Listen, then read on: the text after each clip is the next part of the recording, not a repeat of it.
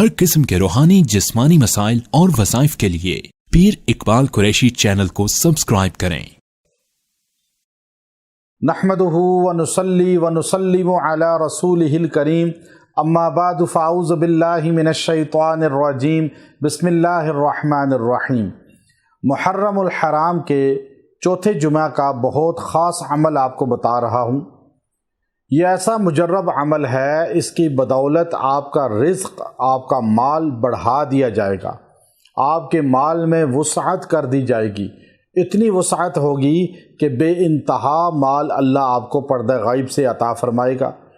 یاد رکھیں، اللہ رب العزت نے قرآن پاک کے اندر مال کا جب ذکر کیا، رزق کا ذکر کیا، تو وہاں پر اللہ نے اپنی ذات کا تعارف کرایا کہ یہ سب نعمتیں اللہ بے انتہا بھی دیتا ہے، بغیر حساب کے بھی دیتا ہے، اور کبھی روک بھی لیتا ہے۔ اس لیے اللہ کے دروازے پر، اللہ کے در پہ انسان کو مانگنا چاہیے، اللہ سے تعلق جوڑنا چاہیے۔ اور اللہ خود قرآن پاک میں فرماتا ہے واللہ الغنی وانتم الفقراء، اللہ غنی اور ہم فقیر، ساری کائنات فقیر۔ تو یہ خاص عمل جمعہ کے دن آپ کر لیں، اللہ تبارک و تعالی جو ہے آپ کو رزق کی وسعتیں فرما دے گا، برکتیں عطا فرما دے گا، اور ایسے پردہ غائب سے رزق ملے گا جہاں سے تصور بھی نہیں ہوتا انسان کو۔ انسان ایک دم خوشحال ہو جائے گا، ایک دم جو ہے اس کے پاس مال کی ترقی ہو جائے گی، ایک دم جو ہے اس کے پاس مال کی وسعت ہو جائے گی، اور وہ انسان جو ہے وہ انسانوں کو عطا کرنے والا بن جائے گا، صدقہ خیرات کرنے والا بن جائے گا۔ آج چونکہ ہمارا جو معاشرہ ہے، ہم دھوکے کے ذریعے، فراڈ کے ذریعے، جھوٹ کے ذریعے پیسہ بڑھانا چاہتے ہیں، اور لوگوں کی زمینوں پہ قبضہ کر کے، لوگوں سے جھوٹ بول کے پیسہ لوگوں کا دو پہ لگا دیتے ہیں۔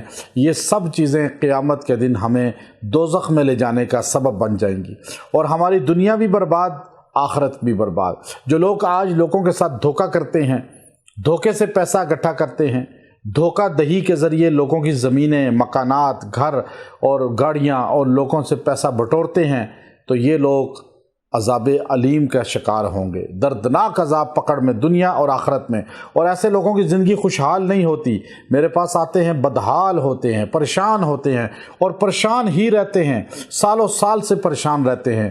تھوڑا کھائیں، ستھرا کھائیں، اللہ سے مانگیں، حلال کا مانگیں، اللہ رزق ایسا دے گا کہ لوگ حیران ہو جائیں گے۔